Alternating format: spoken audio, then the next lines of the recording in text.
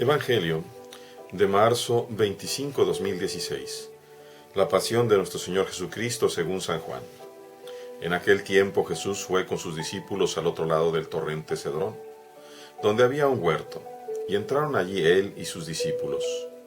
Judas el traidor conocía también el sitio, porque Jesús se reunía a menudo allí con sus discípulos. Entonces Judas tomó un batallón de soldados y guardias de los sumos sacerdotes y de los fariseos, y entró en el huerto con linternas, antorchas y armas. Jesús, sabiendo todo lo que iba a suceder, se adelantó y les dijo: ¿A quién buscan? Le contestaron: a Jesús el Nazareno. Les dijo Jesús: yo soy. Estaba también con ellos Judas el traidor. Al decirles yo soy, retrocedieron y cayeron a tierra. Jesús les volvió a preguntar: ¿a quién buscan? Ellos dijeron: a Jesús el Nazareno. Jesús contestó: les he dicho que yo soy. Si me buscan a mí, dejen que estos se vayan. Así se cumplió lo que Jesús había dicho: no he perdido a ninguno de los que me diste. Entonces Simón Pedro, que llevaba una espada, la sacó e hirió a un criado del sumo sacerdote y le cortó la oreja derecha. Este criado se llamaba Malco. Dijo entonces Jesús a Pedro: mete la espada en la vaina. ¿No voy a beber el cáliz que me ha dado mi Padre? El batallón, su comandante y los criados de los judíos apresaron a Jesús. Lo ataron y lo llevaron primero ante Anás, porque era suegro de Caifás, sumo sacerdote aquel año. Caifás era el que había dado a los judíos este consejo: conviene que muera un solo hombre por el pueblo. Simón Pedro y otro discípulo iban siguiendo a Jesús. Este discípulo era conocido del sumo sacerdote y entró con Jesús en el palacio del sumo sacerdote, mientras Pedro se quedaba fuera, junto a la puerta. Salió el otro discípulo, el conocido del sumo sacerdote, habló con la portera e hizo entrar a Pedro. La portera dijo entonces a Pedro: ¿no eres tú también uno de los discípulos de ese hombre? Él dijo: no lo soy. Los criados y los guardias habían encendido un brasero, porque hacía frío y se calentaban. También Pedro estaba con ellos de pie calentándose. El sumo sacerdote interrogó a Jesús acerca de sus discípulos y de su doctrina. Jesús le contestó: yo he hablado abiertamente al mundo y he enseñado continuamente en la sinagoga y en el templo, donde se reúnen todos los judíos, y no he dicho nada a escondidas. ¿Por qué me interrogas a mí? Interroga a los que me han oído sobre lo que les he hablado. Ellos saben lo que he dicho. Apenas dijo esto, uno de los guardias le dio una bofetada a Jesús diciéndole: ¿así contestas al sumo sacerdote? Jesús le respondió: si he faltado al hablar, demuestren que he faltado. Pero si he hablado como se debe, ¿por qué me pegas? Entonces Anás lo envió atado a Caifás, el sumo sacerdote. Simón Pedro estaba de pie calentándose y le dijeron: ¿no eres tú también uno de los discípulos? Él lo negó diciendo: no lo soy. Uno de los criados del sumo sacerdote, pariente de aquel a quien Pedro le había cortado la oreja, le dijo: ¿que no te vi yo con él en el huerto? Pedro volvió a negarlo y enseguida cantó un gallo. Llevaron a Jesús de casa de Caifás al pretorio.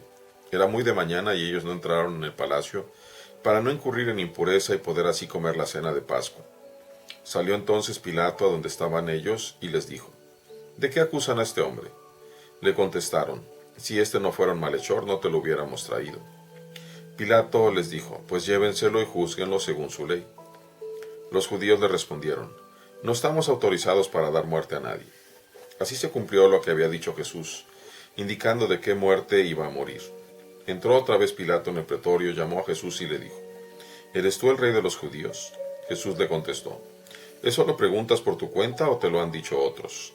Pilato le respondió: ¿acaso soy yo judío? Tu pueblo y los sumos sacerdotes te han entregado a mí. ¿Qué es lo que has hecho? Jesús le contestó: mi reino no es de este mundo. Si mi reino fuera de este mundo, mis servidores habrían luchado para que no cayera yo en manos de los judíos. Pero mi reino no es de aquí. Pilato le dijo: ¿con que tú eres rey? Jesús le contestó: tú lo has dicho, soy rey. Yo nací y vine al mundo para ser testigo de la verdad. Todo el que es de la verdad escucha mi voz. Pilato le dijo: ¿y qué es la verdad? Dicho esto, salió otra vez a donde estaban los judíos y les dijo: No encuentro en él ninguna culpa. Entre ustedes es costumbre que por Pascua ponga en libertad a un preso. ¿Quieren que le suelte al rey de los judíos? Pero todos ellos gritaron: No, a ese no, a Barrabás. El tal Barrabás era un bandido. Entonces Pilato tomó a Jesús y lo mandó a azotar. Los soldados trenzaron una corona de espinas, se la pusieron en la cabeza, le echaron encima un manto color púrpura y acercándose a él le decían: Viva el rey de los judíos, y le daban bofetadas. Pilato salió otra vez afuera y les dijo: Aquí lo traigo para que sepan que no encuentro en él ninguna culpa. Salió pues Jesús llevando la corona de espinas y el manto color púrpura. Pilato les dijo: Aquí está el hombre. Cuando lo vieron, los sumos sacerdotes y sus servidores gritaron: ¡Crucifícalo! ¡Crucifícalo! Pilato les dijo: Llévenselo ustedes y crucifíquenlo, porque yo no encuentro culpa en él. Los judíos le contestaron: Nosotros tenemos una ley, y según esa ley tiene que morir, porque se ha declarado hijo de Dios. Cuando Pilato oyó estas palabras, se asustó aún más, y entrando otra vez en el pretorio dijo a Jesús: ¿De dónde eres tú? Pero Jesús no le respondió. Pilato le dijo entonces: ¿A mí no me hablas? ¿No sabes que tengo autoridad para soltarte y autoridad para crucificarte? Jesús le contestó: No tendrías ninguna autoridad sobre mí si no te lo hubieran dado de lo alto. Por eso el que me ha entregado a ti tiene un pecado mayor. Desde ese momento Pilato trataba de soltarlo, pero los judíos gritaban: Si sueltas a ese no eres amigo del César, porque todo el que pretende ser rey es enemigo del César. Al oír esas palabras, Pilato sacó a Jesús y lo mandó y lo sentó en el tribunal, en el sitio que llaman el Enlosado, en hebreo Gábata. Era el día de la preparación de la Pascua, hacia el mediodía. Y dijo Pilato a los judíos: Aquí tienen a su rey. Ellos gritaron: Fuera, fuera, crucifícalo. Pilato les dijo: ¿A su rey voy a crucificar? Contestaron los sumos sacerdotes: No tenemos más rey que el César. Entonces se lo entregó para que lo crucificaran. Tomaron a Jesús y él, cargando con la cruz, se dirigió hacia el sitio llamado la Calavera, que en hebreo se dice Gólgota, donde lo crucificaron y con él a otros dos, uno de cada lado y en medio Jesús. Pilato mandó escribir un letrero y ponerlo encima de la cruz. En él estaba escrito: Jesús el Nazareno, el rey de los judíos. Leyeron el letrero muchos judíos porque estaba cerca del lugar donde crucificaron a Jesús. Y estaba escrito en hebreo, latín y griego. Entonces los sumos sacerdotes de los judíos le dijeron a Pilato: No escribas el rey de los judíos, sino éste ha dicho: Soy el rey de los judíos. Pilato les contestó: Lo escrito, escrito está. Cuando crucificaron a Jesús, los soldados cogieron su ropa e hicieron 4 partes, una para cada soldado, y apartaron la túnica. Era una túnica sin costura, tejida toda de una pieza de arriba a abajo. Por eso se dijeron: No la rasguemos, sino echemos suertes para ver a quién le toca. Así se cumplió lo que dice la Escritura: Se repartieron mi ropa y echaron a suerte mi túnica. Y eso hicieron los soldados. Junto a la cruz de Jesús estaban su madre, la hermana de su madre, María la de Cleofás, y María Magdalena. Al ver a su madre y junto a ella al discípulo que tanto quería, Jesús dijo a su madre: Mujer, ahí está tu hijo. Y luego dijo al discípulo: Ahí está tu madre. Y desde aquella hora el discípulo se la llevó a vivir con él. Después de esto, sabiendo Jesús que todo había llegado a su término para que se cumpliera la Escritura, dijo: Tengo sed.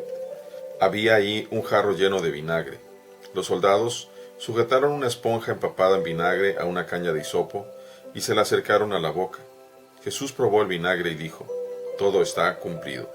E inclinando la cabeza, entregó el espíritu.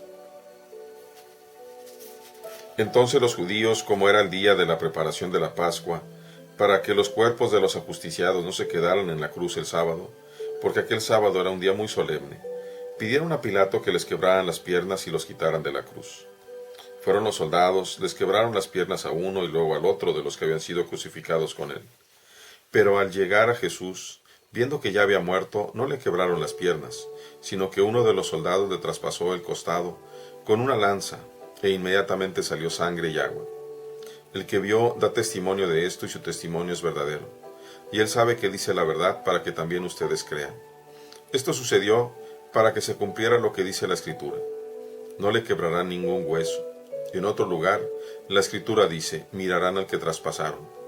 Después de esto, José de Arimatea, que era discípulo de Jesús, pero oculto por medio de los judíos, pidió a Pilato que lo dejara llevarse el cuerpo de Jesús, y Pilato lo autorizó. Él fue entonces y se llevó el cuerpo. Llegó también Nicodemo, el que había ido a verlo de noche, y trajo unas 100 libras de una mezcla de mirra y áloe. Tomaron el cuerpo de Jesús y lo envolvieron en lienzos con esos aromas, según se acostumbra a enterrar entre los judíos. Había un huerto en el sitio donde lo crucificaron, y en el huerto un sepulcro nuevo, donde nadie había sido enterrado todavía. Y como para los judíos era el día de la preparación de la Pascua, y el sepulcro estaba cerca, ahí pusieron a Jesús. Palabra del Señor, gloria a ti, Señor Jesús. Existen, pues, muchos diferentes actores en la pasión que acabamos de escuchar. Podemos hablar desde la traición de Judas, que no acepta el camino de la cruz, sino que prefiere vender al Maestro por unas monedas. Podemos hablar, por ejemplo, de la negación de Pedro 3 veces, que aun cuando su intención era morir inclusive por el Señor, simplemente no tiene en sí mismo la fuerza para poder sacrificarse. Podemos hablar de Pilato, con esa cobardía, con esa comodidad para tomar mejor y por principio la importancia de su puesto antes que verdaderamente la verdad, que verdaderamente la justicia. Es muy indicativa la pregunta que le hace a Jesús: ¿cuál es la verdad? ¿Qué es la verdad? Podemos también ver, contemplar al pueblo que apenas unos días antes había precisamente aclamado con hosanas al Señor en su entrada, y que ahora grita vociferante: crucifícalo.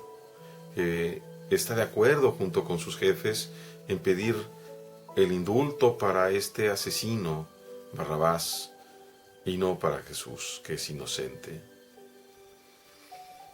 Pero realmente de lo que te quiero hablar el día de hoy es de nuestra responsabilidad, del amor perfecto que se entrega en el Señor Jesús y cómo nuestros pecados le siguen crucificando. Porque cuando mentimos, no mentimos a un tercero, sino mentimos al propio Cristo que está escondido en él. Así lo entendemos cuando en el Evangelio de Mateo capítulo 25 dice: cuanto lo hiciste con el más pequeño de mis hermanos, conmigo lo hiciste. Cuando él se está refiriendo precisamente al alimento, a la bebida, al vestido, a la visita, a la atención. Por supuesto que cuando nosotros también mentimos, cuando nosotros robamos, cuando nosotros fornicamos, cuando nosotros odiamos, cuando nosotros asesinamos nuevamente al Señor. ¿Y cuándo fue la última vez que cometiste un pecado grave? Piensa precisamente en el daño que le volvemos a hacer al Señor para que tu pecado y mi pecado nos horrorice. Y ciertamente, como Pedro, lloremos nuestra incapacidad para evitarlos. Porque el único que nos puede conceder el evitar esos pecados mayores es la fuerza del Espíritu Santo. Vivir esta cuaresma, este tríodo pascual, sin que haya una verdadera conversión, sin que haya un verdadero sentir el por qué nuestros actos pecaminosos, nuestros actos criminales, nuestros actos malos, nos conducen a la muerte, pero siguen conduciendo al patíbulo, al Señor, siguen conduciendo al Señor escondido a nuestros hermanos, nos siguen conduciendo precisamente a la cruz, los seguimos crucificando. Nos debe de dar horror. El día de mañana que estemos celebrando la Pascua, pidamos a Dios que su luz nos ilumine abundantemente, que nos permita no olvidarnos de la cruz y del horror de nuestros pecados, sino iluminar con la luz del Espíritu precisamente ese horror, para ser transformados en verdaderos hijos de Dios. Dios les bendiga, hermanos.